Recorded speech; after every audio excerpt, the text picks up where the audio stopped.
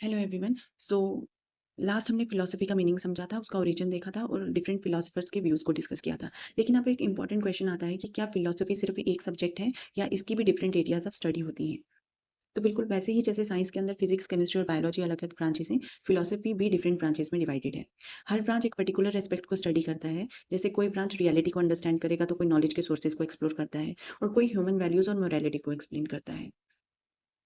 तो आज हम पढ़ेंगे फिलॉसफी की 3 मेजर ब्रांचेस जैसे मेटाफिज़िक्स, एपिस्टेमोलॉजी और एक्सोलॉजी को। क्लियर? सबसे पहले आते हैं हम मेटाफिज़िक्स पे। तो नाम सुनने में थोड़ा डिफ़िकल्ट लगेगा, लेकिन अगर आप इस वर्ड को ब्रेक करोगे तो समझना बहुत सिंपल हो जाएगा। मेटा का मतलब होता है बियॉन्ड या आफ्टर और फिज़िक्स का रिलेशन या फिज़िकल वर्ल्ड से है। इसीलिए मेटाफिज़िक्स का लिटरल मीनिंग हुआ the science of what is beyond the physical world. यानी जो चीज़ें हम डायरेक्टली अपनी आँखों से नहीं देख सकते, टच नहीं कर सकते, लेकिन जिनकी एक्जिस्टेंस और रियलिटी के बारे में हम सोचते हैं, उन सब का स्टडी मेटाफिज़िक्स करती है। कभी आपने सोचा होगा कि यूनिवर्स की बिगिनिंग कैसे हुई? रियलिटी सिर्फ मटेरियल है या स्पिरिचुअल भी है?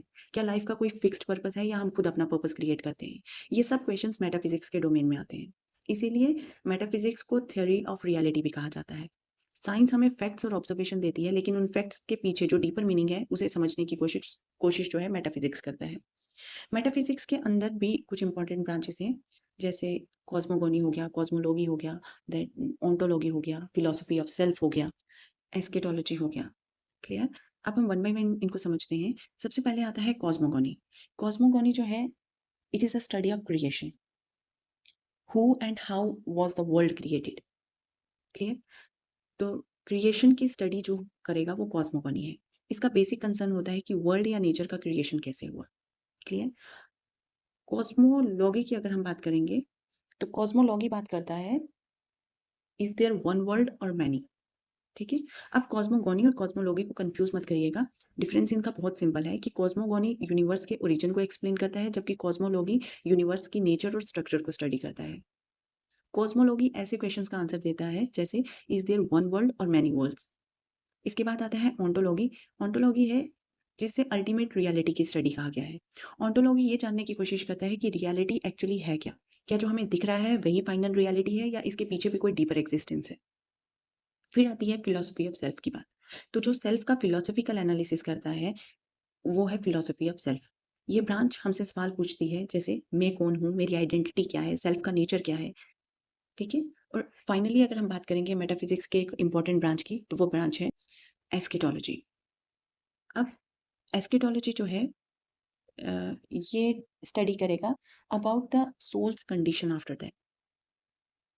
ठीक है? सोल की कंडीशन आफ्टर डेथ जो है वो इस ब्रांच के अंडर स्टडी होगी।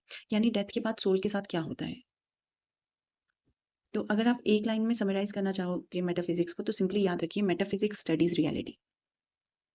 अब चलिए फिलॉसफी की दूसरी ब्रांच की तरफ बढ़ते हैं जिसका नाम है एपिस्टेमोलॉजी।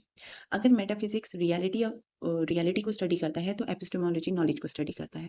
इसलिए एपिस्टेमोलॉजी को थ्योरी ऑफ नॉलेज का नाम से डिफाइन किया जाता है। लेकिन यहाँ नॉलेज का मतलब सिर्फ इन्फॉर्मेशन कलेक्ट करना नहीं है। इस ब्रांच का मेन कंसर्न ये है कि नॉलेज आती कहाँ से है? हम किसी चीज़ को जानते कैसे हैं? नॉलेज एक्वायर करने की प्रोसेस क्या होती है? और जो नॉलेज हमारे पास है, क्या वो ट्रस्टवर्दी भी है?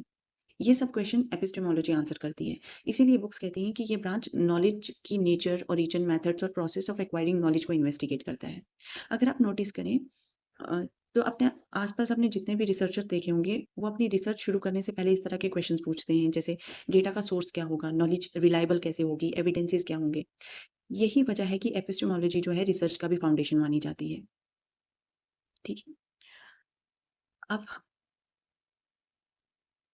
इन सब ये जो हमने ऊपर क्वेश्चंस देखे हैं, जैसे how do we know, what do we know, what are the process of knowing, और क्या हमारा नॉलेज सोसाइटी और वर्ल्ड के एक्सपीरियंस पर बेस्ड होता है, तो इन सब क्वेश्चंस का आंसर एपिस्टेमोलॉजी देती है। इसीलिए इसे कॉग्निटिव एस्पेक्ट ऑफ फिलॉसफी भी कहा गया है। एक सिंपल ट्रिक याद रखिएगा, metaphysics deals with reality whereas epistemology deals with knowledge. I hope इतना क्लियर होगा। अब हम मूव करते हैं फिलॉसफी की तीसरी ब्रांच की तरफ जिसका नाम है एक्सोलॉजी। तो अगर मेटाफिजिक्स रियलिटी है और एपिस्टेमोलॉजी नॉलेज है, तो एक्सियोलॉजी जो है वो वैल्यूज की स्टडी है। इसीलिए एक्सियोलॉजी को थ्योरी ऑफ प्रिंसिपल्स और वैल्यूज भी कहा जाता है। अब सोचिए, एजुकेशन का ऑब्जेक्टिव सिर्फ स्टूडेंट को इन्फॉर्मेशन देना नहीं होता, स्टूडेंट को का एक इक्वली इम्पोर्टेंट ऑब्जेक्टिव होता है एजुकेशन का अगर हम बात करेंगे, एक इक्वली इंपॉर्टेंट ऑब्जेक्टिव होता है स्टूडेंट में वैल्यूज़ को डेवलप करना, जैसे honesty, discipline, responsibility, corporation, respect. इन्हीं वैल्यूज़ का फिलॉसफिकल स्टडी एक्सोलॉजी करता है। एक्सोलॉजी की ना 2 इंपॉर्टेंट सब डिविजन्स होती हैं, एथिस्टिक और एथिक्स। एथिस्टिक ब्यूटी और आर्ट की स्टडी करता है। ये समझने की कोशिश करता है कि ब्यूटी क्या है और आर्ट का ह्यूमन लाइफ में क्या इंपॉर्टेंस है। दूसरी तरफ एथिक्स जो है वो मोरल कंडक्ट्स और वैल्यूज़ की स्टडी करता है। एथिक्स हमें बताती है कि राइट और रॉन्ग क्या है, गुड और बैड बिहेवियर क्या है और एक इंडिविजुअल को सोसाइटी में किस तरह कंडक्ट करना चाहिए। इसी वजह से बहुत सारी बुक स्पेसिफिकली मेंशन करती हैं कि एक्सोलॉजी एजुकेशन को डायरेक्टली इन्फ्लुएंस करता है। स्कूल में डिसिप्लिन कैसे मेंटेन होगा, टीचर और स्टूडेंट का रिलेशन कैसा होगा, स्कूल इन्वायरमेंट कैसा होगा, ये सब एजुकेशनल एस्पेक्ट वैल्यूज़ पर डिपेंड करता है और वैल्यूज़ का फिलॉसफिकल फाउंडेशन जो है एक्सोलॉजी प्रोवाइड करता है। तो अगर हम एक क्विक रिवीजन करेंगे तो एक सिंपल सा फॉर्मूला याद रखिएगा, MEAM, ठीक है? MEA where M stands for metaphysics which studies reality, E stand for epistemology which studies knowledge and A stand for axiology which means values। अगर ये 3 कीवर्ड्स आपको याद रहेंगे तो आप कभी भी इन ब्रांचेस में कन्फ्यूज़ नहीं होंगे, ठीक है?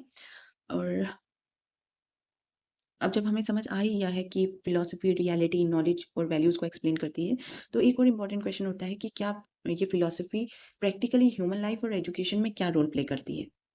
तो इसका जो आंसर है वो हम नेक्स्ट वीडियो जो हमारी होगी फंक्शन ऑफ फिलॉसफी उसमें डिस्कस करेंगे।